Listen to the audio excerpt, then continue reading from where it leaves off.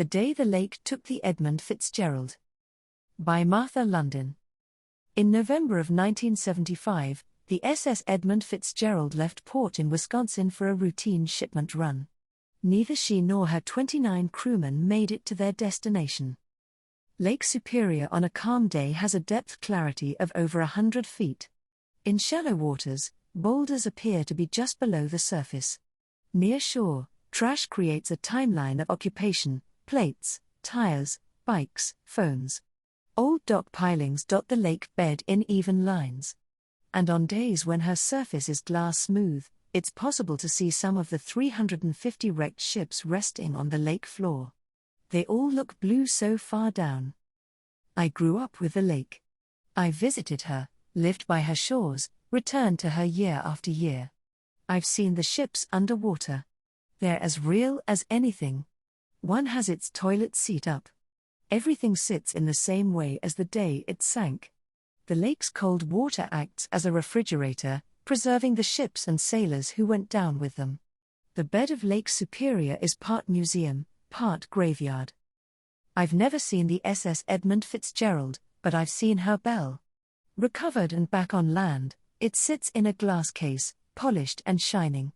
Every year it tolls 29 times. The Edmund Fitzgerald leaves port from Northwestern, Wisconsin on November 9, 1975.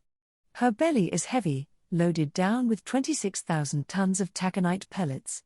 She is a giantess, one of the country's largest freshwater ships, the so-called Queen of the Lakes, though in truth, her long body is less than glamorous, a dull maroon the color of dried blood. A workhorse on the water. After 17 years, she breaks her own records, carries tremendous loads, and still, they push her forward. The captain, Ernest McSorley, is on his last voyage before retiring, heading east once more across the vast expanse of Lake Superior toward the Salt Lock System, gateway to Lake Michigan. A quiet man with a mischievous streak, he's spent 4 decades on the Great Lakes. He has sailed across Superior November after November, taught many men how to work a ship, seen everything the lakes are capable of creating. He knows the Fitz is tired, but after 40 years on 9 different vessels, he's got a certain steady confidence. The crew of 29 men hears of a storm to the west, gathering energy over the Great Plains, rolling over Kansas, heading north. But from the safety of the harbor, McSorley looks out at the clear skies ahead and sees a quiet woman. Novembers are always bad, but maybe this storm will veer. Standing in the sweet cold breeze, he thinks, hopes, they'll make it through this trip without much protest from the lake. Naming a ship after a man used to be bad luck in sailing, the Edmund Fitzgerald is named after the president of Northwestern Mutual Life Insurance, who wanted to build the biggest freighter on the biggest lake. And there was her ill-fated nickname, Titanic of the Great Lakes. Maybe greed cursed the ship. There were omens from the start. At the christening, Elizabeth Fitzgerald had trouble with the champagne bottle. She swung and the bottle would not break. Then the Fitz refused to launch. Men hammered away at the great logs holding her up, and when she finally did slide into the water, she immediately crashed into a pier, sending up a great splash while a crowd of thousands looked on in horror. Everyone knows how the Titanic sank, ripping itself open on an iceberg and splitting in 2. But the sinking of the Edmund Fitzgerald is one mostly of speculation. The accepted report states she slowly filled up with water as the hatches leaked, and the storm brought too much pressure to her already burdened body. She's said to have sunk like a boat in a bathtub. But I don't think that's how it happened. I think the lake sank the ship. In late fall, the lake's surface water is still relatively warm. So when Arctic air from Canada descends, it collides with the warmer air hovering over the lake, and massive low-pressure systems build. For a time, the winds scream and whip the lake into a jagged frenzy, creating rogue waves. A rogue wave is any wave that is twice the size of surrounding waves. They rise out of large bodies of water when the currents and winds push several waves together to become one.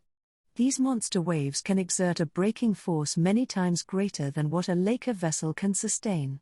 Large enough to register as objects on radar, they are impossible to outrun. Although we have a general understanding of how they form, We don't yet have the tools with which to predict them. They resist understanding, nearly hopeless to study because they appear seemingly out of nowhere. Where rogue waves shouldn't occur, they do. They are usually singular, unless they're in a group of three, what we call three sisters. And the wind that whips up these terrible waves? Sailors call it the Witch of November. We name women WHO spend too much time with nature witch. Dub her dangerous. Unpredictable. Call her other. The land is something to fear, or exploit. To be a witch is to love the natural world more than the things human hands have made. And so we burn her. Or we revere her. We tell stories about her to frighten children in the woods or the water. Though some of us may ask her for help.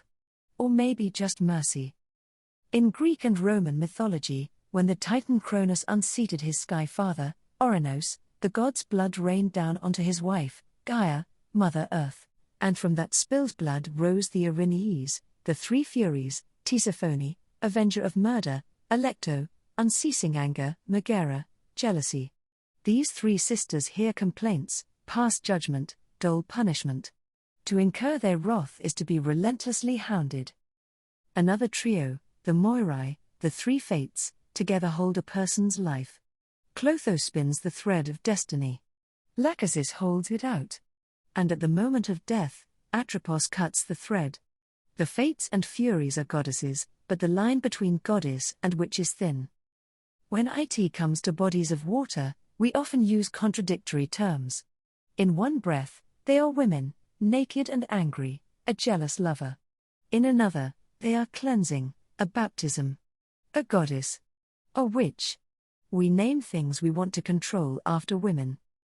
But a name can be a kind of offering, too, a protective spell. For we also give vessels the feminine pronoun. A ship is a buoyant body that cradles sailors as they cross lakes and oceans and rivers. A type of mother, she carries her children safely through another woman's unruly body. Or at least that is what she was made to do. When I learned the word genderqueer at 20, I learned a new way of understanding my body. I tried out the label trans, but it didn't stick. It felt too much like I was picking an identity that forced me into a box, restricted me in a new way. Genderqueer felt broad, expansive, fluid. It felt encompassing. Encompassing, like my lake. I could let the lake and the language hold me in ways I did not hold myself, that is, gently. When people talk about questioning their gender identity, they often use words like grappling, coming to grips with. There's a holding and slipping and missing and reaching and reaching and reaching. The turmoil I felt, and continue to feel, about my body, my gender, is more like Lake Superior in November than a calm day in July. But when I float in the lake, I am a body in a body and she is soft, even when I am not. I spent my most formative years with this lake. I swam in her waters as a child, diving for rocks. I hiked along her shores and built castles in her sand. Later, in college, I let her waves lull me to sleep as the northern lights shimmered over a dying fire. I used to think I knew everything I needed to know about her body. I was superstitious in my adoration of her. If I love her enough, she will stay the same forever. But lakes are bodies.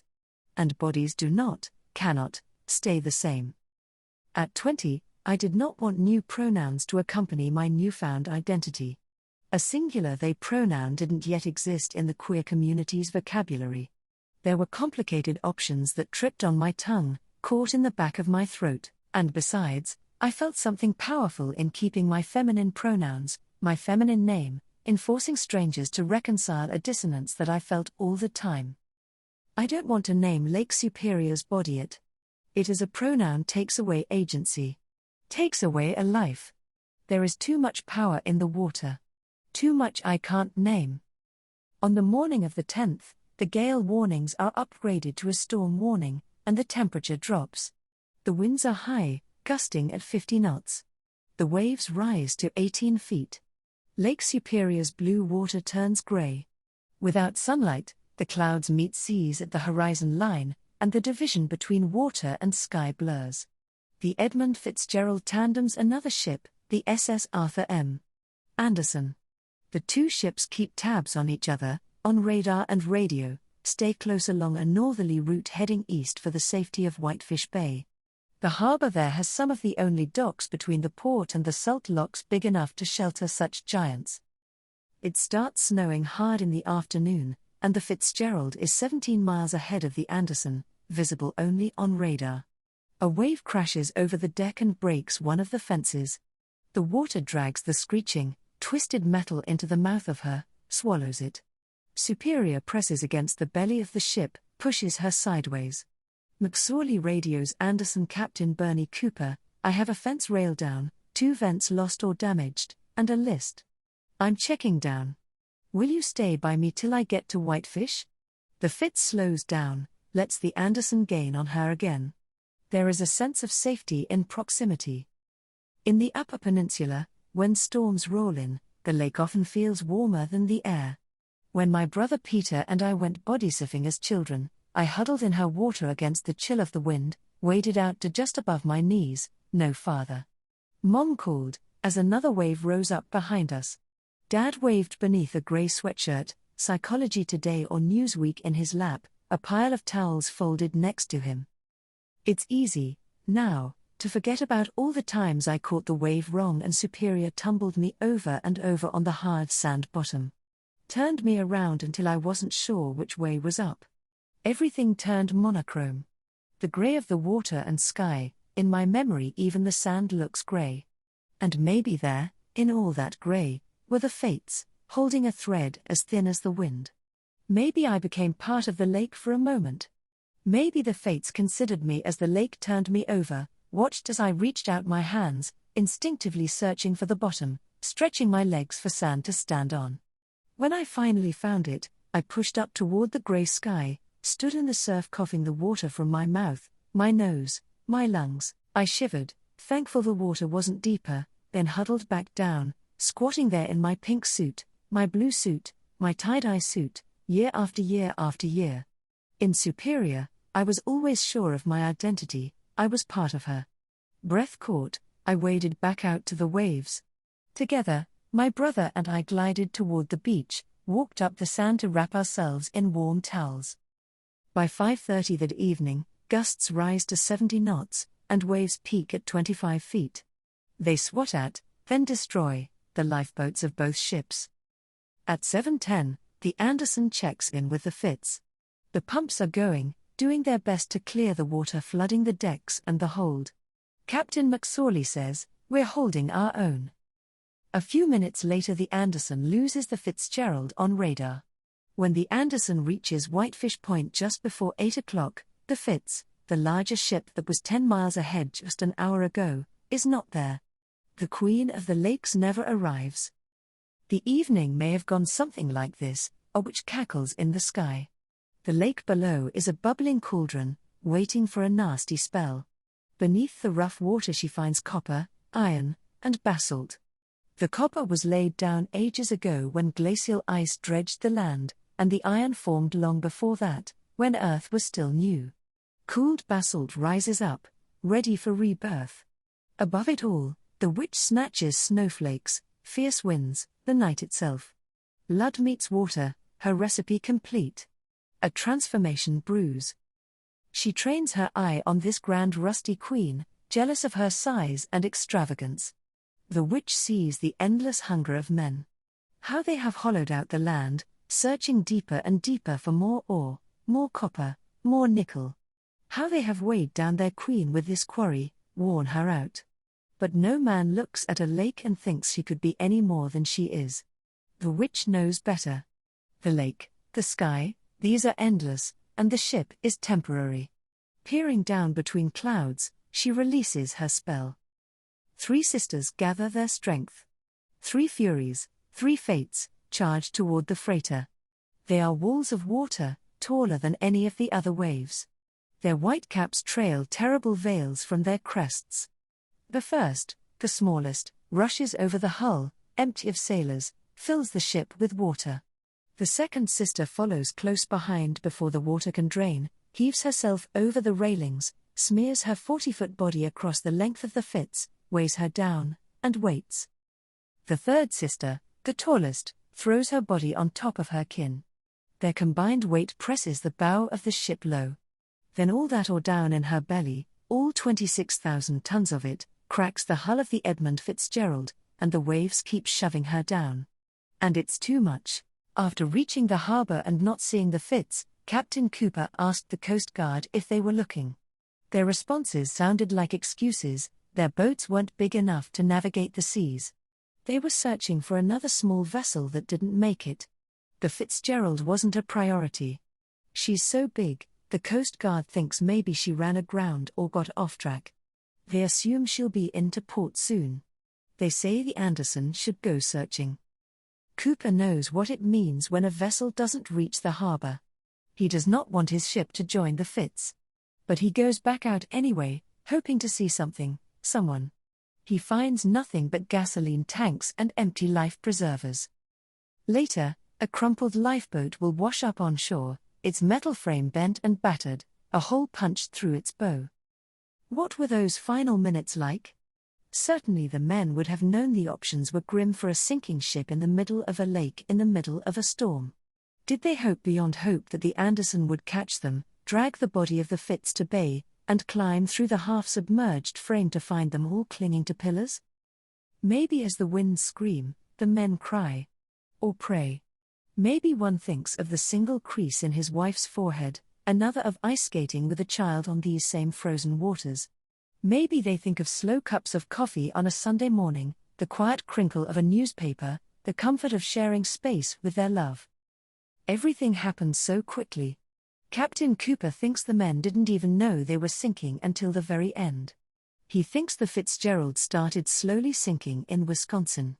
A tear somewhere in her body, bogging her down as she chugged across the lake. Even so, she still might have made it had there not been a storm. When the third sister arrives, perhaps they think it is just another big wave, and they will pop up in a second. But they don't pop back up. Maybe the men sit on their bunks and listen to the lake pounding against the ship, the steady whir of rushing water like radio static. Maybe they hear a cackle in that howling wind. And then, the deepest moan as the ship cracks herself in half. And then, water. And the sisters fill up the bodies. They are all one now, the bodies and the sisters and the lake. She is made whole by the storm, a whole made and remade again and again. In this one body, there is no need for names. Everything is quiet and blue, and in the dark, still.